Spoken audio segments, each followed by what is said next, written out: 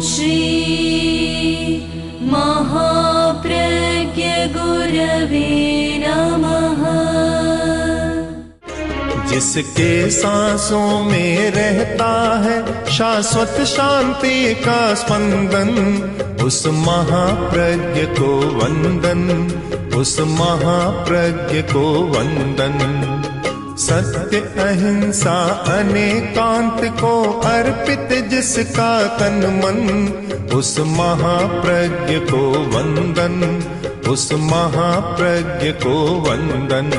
जिसके सांसों में रहता है शाश्वत शांति का स्पंदन, उस महाप्रज्ञ को वंदन, उस महाप्रज्ञ को वंदन।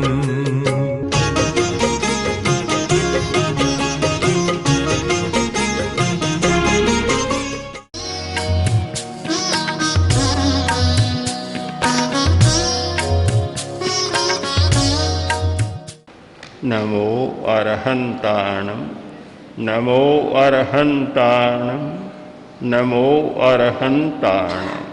समय का एक चक्र है, चक्र चल रहा है, दिन और रात।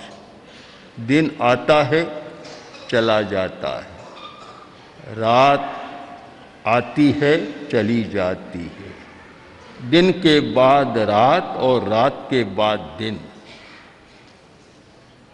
प्रकाश और अंधकार दोनों साथ चल रही हैं, दिन और रात भी साथ चल रही, पर इतना अंतर है कि जब दिन होता है रात नहीं होती, और रात होती है तो दिन नहीं होता। पर ऐसा भी होता है कि दिन और रात दोनों साथ चल रही। आदमी प्रकाश भी करता है और रात भी साथ में चलती। हम बाहर की दुनिया में देखें तो प्रकाश है, किंतु भीतर की दुनिया में देखें तो रात भी है, अंधकार भी है। तो दिन और रात दोनों साथ चलते। मनुष्य ने प्रयत्न किया अंधकार को मिटाने के लिए। वेद का एक बहुत अच्छा सूक्त है, तमसो मा ज्योतिर्गमय, मुझे अंधकार से प्रकाश की ओर ले चलो। आदमी को अंधकार पसंद नहीं है, क्यों? अंधकार में सही अर्थ का ज्ञान नहीं होता, पता नहीं चलता कुछ भी। प्रकाश चाहता है, तो प्रकाश क्या है? एक ज्योति जलाई, प्रकाश हो गया। दिया जलाया, प्रकाश हुआ। मोमबत्ती आई, मोमबत्ती जलाई, लालटेन जगाई, बिजली आ गई, बिजली जलाई, प्रकाश हो गया। प्रकाश का साधन आदमी ने खोजा और क्रम से विकास किया है। दिए से जितना प्रकाश होता था, उससे 100 गुना प्रकाश आज बिजली के द्वारा हो जाता है। और सूर्य का प्रकाश तो ज़्यादा है ही, प्राकृतिक है, पर मनुष्य ने प्रयत्न करके भी प्रकाश को प्राप्त किया है, अंधकार को मिटाना चाहा है। भीतर का प्रकाश कैसे हो? लिखा गया, नाणम पयासयरम, ज्ञान प्रकाश करने वाला है। सबसे बड़ा प्रकाश है ज्ञान। अगर ज्ञान नहीं है तो बाहर का प्रकाश भी कभी कभी समस्या पैदा कर देता है। ज्ञान सबसे बड़ा प्रकाश है। अगर ज्ञान नहीं है तो बाहर का प्रकाश भी हो नहीं सकता। अगर कोई व्यक्ति बटन दबाना नहीं जानता तो प्रकाश नहीं हो सकता। दिया जलाना नहीं जानता तो प्रकाश नहीं हो सकता। पुरानी बात है, कुछ व्यक्ति जंगल में गए,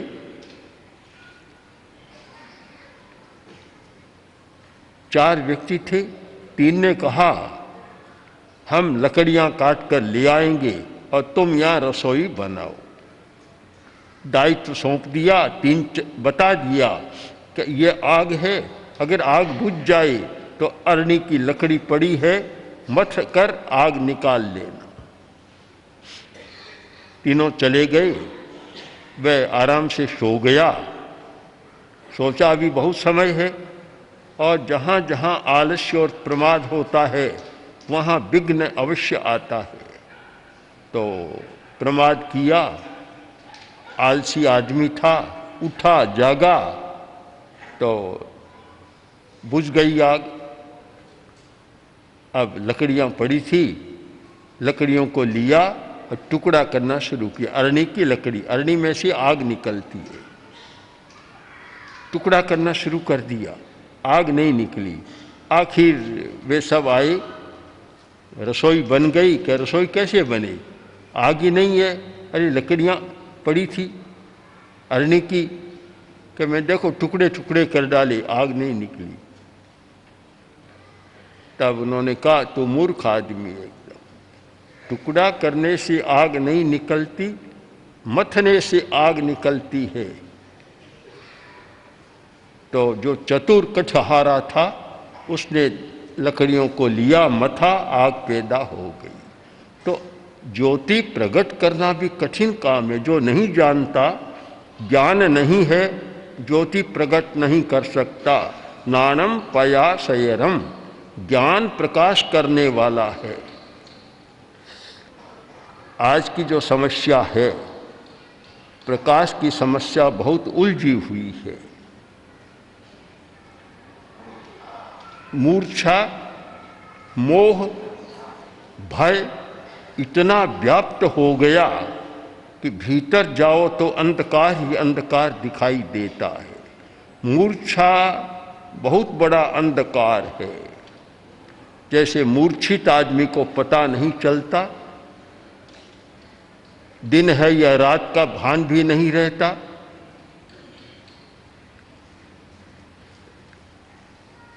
इतनी मूर्छा बढ़ गई पदार्थ के प्रति और उपभोग के प्रति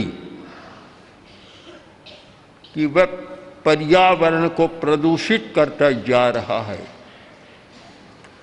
कह भी रहा है कि पर्यावरण प्रदूषित हो रहा है, ओजोन की छतरी का छेद बढ़ रहा है, कह रहा है, पर कर वही रहा है कि जिससे पर्यावरण का प्रदूषण बढ़े और ओजोन की छतरी का छेद और चौड़ा हो जाए। काम वही कर रहा है।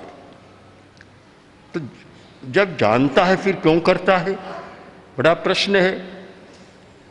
इसका समाधान बहुत साफ है कि भीतर का अंधकार है, मूर्छा है।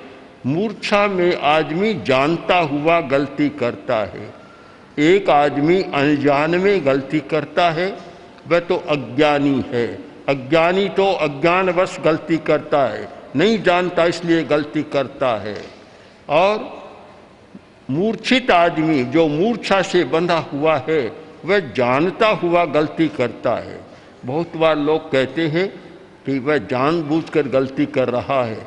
बड़ी गलती कभी अज्ञानी नहीं करता, बड़ी गलती तो मूर्छावश आदमी करता है।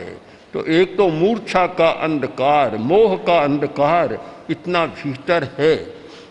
आज बहुत हिंसा हो रही है, अनावश्यक हिंसा हो रही। हिंसा तो होती है, कोई नई बात नहीं।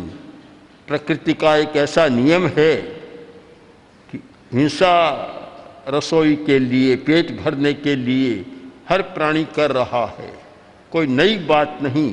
पर इस युग की नई बात यह है कि अनावश्यक हिंसा करता है। आदमी ही ऐसा है जो अनावश्यक हिंसा करता है।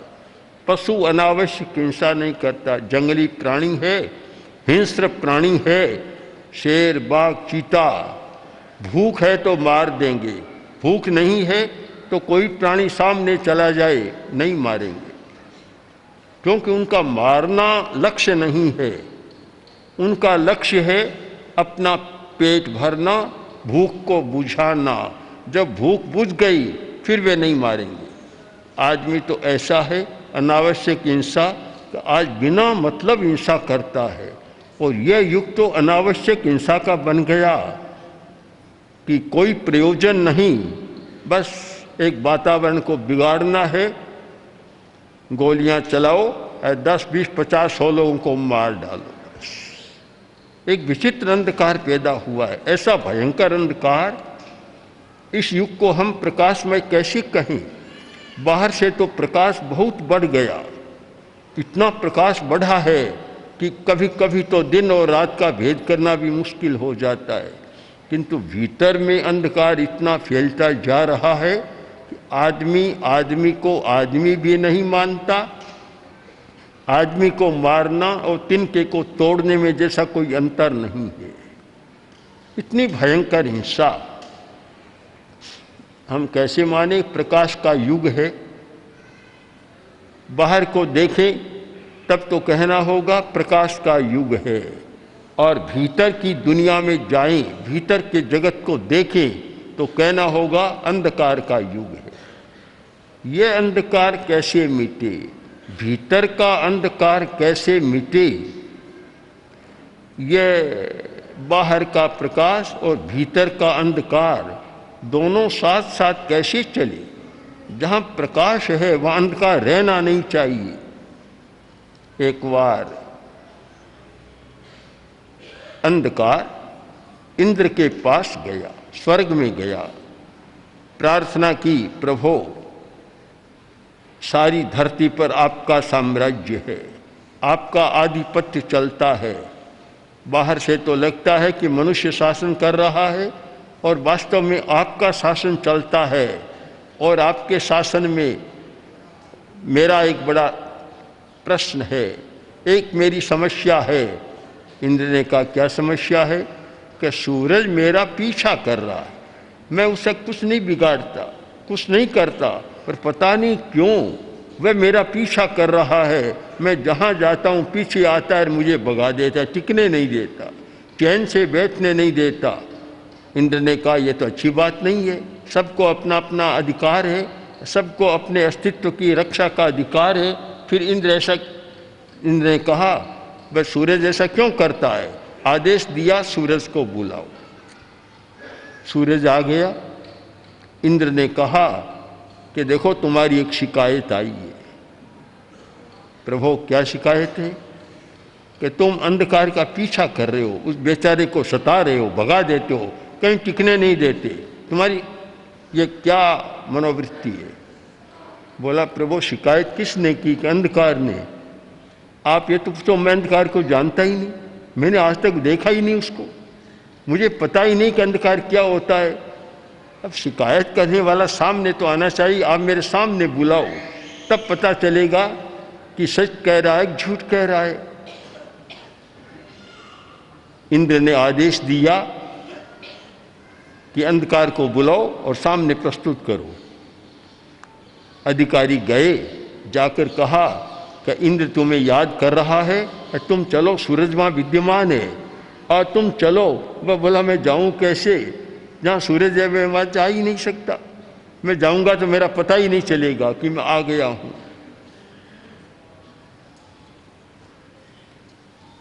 सूरज ने ठीक कहा, मैं अंधकार को नहीं जानता। ठीक हम इसी बात को हम एक रूपक की भाषा में प्रस्तुत करें कि मोह गया किसी योगी के पास, जाकर बोला कि धर्म मुझे बहुत सता रहा, जबकि मैं उसका कुछ नहीं बिगाड़ता, वह मुझे बहुत सता रहा है और मेरे अस्तित्व को समाप्त करने का प्रयत्न कर रहा है। ऐसा नहीं होना चाहिए। आप समर्थ हैं, त्रिकालज्ञ हैं, सब कुछ जानते हैं और समर्थ हैं कि मोह को बस में कर सकते हैं। आप कुछ करें और मोह को समझा दें कि मेरा पीछा न करें। योगी समर्थ था, शक्तिशाली था, उसने धर्म को बुलाया, बुलाकर कहा, भाई तुम मोह का पीछा क्यों कर रहे हो, उसके अस्तित्व को क्यों मिटा रहे हो? धर्म बोला, मोह कौन है मैं जानता ही नहीं, मुझे पता ही नहीं। शिकायत करने वाले को कम से कम जानकारी तो होनी चाहिए। मुझे पता नहीं कि मोह क्या है, मैं जानता नहीं हूँ। प्रभु, ये शिकायत किसने की? मैं जानूं तो किसी का अनिष्ट करूं, मैं उसे जानता नहीं, पहचानता नहीं कि कैसे ये बात कही। तो फिर योगी ने कहा, अब मोह को बुलाओ, फिर बुलाओ और सामने शिकायत प्रस्तुत करो। ये कहता मैं जानता ही नहीं। गए, जाकर बोले कि तुम्हें योगी याद कर रही हैं और मोह के पास चलो, योगी के पास चलो, जहां धर्म विद्यमान है, तुम्हारा न्याय होगा। मोह बोला, धर्म वहां विद्यमान है, मैं जा ही नहीं सकता, मैं जा ही नहीं सकता। जहां धर्म है मैं वहां मेरा जाने का अधिकार ही नहीं है, मेरी शक्ति नहीं है। बात समाप्त हो गई।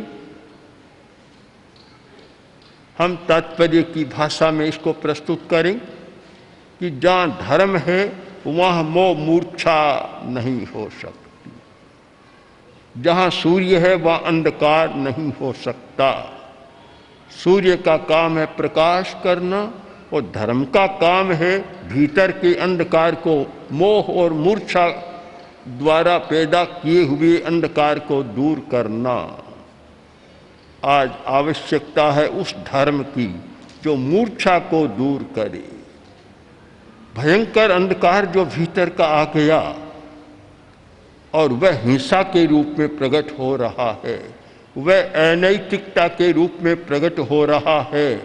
बाजार में बहुत अनैतिकता चलती है, व्यापार में बहुत अप्रामाणिकता चलती है, ठगाई चलती है, शोषण चलता है और बड़े बड़े उद्योगों में शोषण और क्रूरता का व्यवहार चलता है।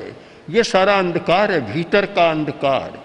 अगर भीतर का अंधकार न हो तो ये चल नहीं सकता। प्रकाश चाहने वाले, ज्योति की अपेक्षा रखने वाले केवल बाहर का प्रकाश ही न करें किंतु भीतर का भी प्रकाश करें। केवल बाहर के अंधकार को मिटाने का ही प्रयत्न न करें, भीतर के अंधकार को मिटाने का भी प्रयत्न करें। जो मोह मूर्छा के कारण एक अंधकार गहराता चला जा रहा है, उस अंधकार को मिटाने का प्रयत्न करें। तब तो ज्योति पर्व मनाने का एक अर्थ होता है, एक सार्थकता होती है। अन्यथा दिया जलाया और सुबह बुझ जाएगा। बल्ब जलाया, डे लाइट जलाई, प्रकाश किया, कुछ समय बाद बिजली भी बंद हो जाएगी और कभी कभी तो बीच में ही गायब हो जाती है। प्रकाश टिकेगा नहीं, स्थायी नहीं होगा।